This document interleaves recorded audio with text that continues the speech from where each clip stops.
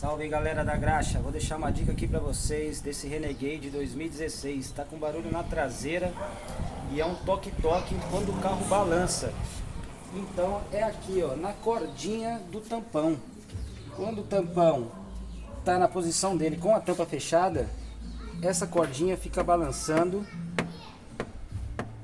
e batendo de ambos os lados, certo?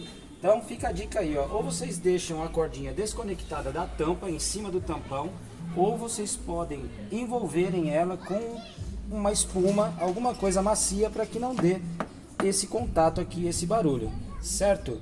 Fica essa dica aí, deixa o like aí, compartilha aí com seus amigos, deixa um comentário para quem resolveu o problema com essa dica e inscreva-se no canal que vamos estar fazendo aí mais conteúdos aí bacana para vocês, beleza? Um abraço, aqui é o Rodrigo Speed que deixou essa dica para vocês.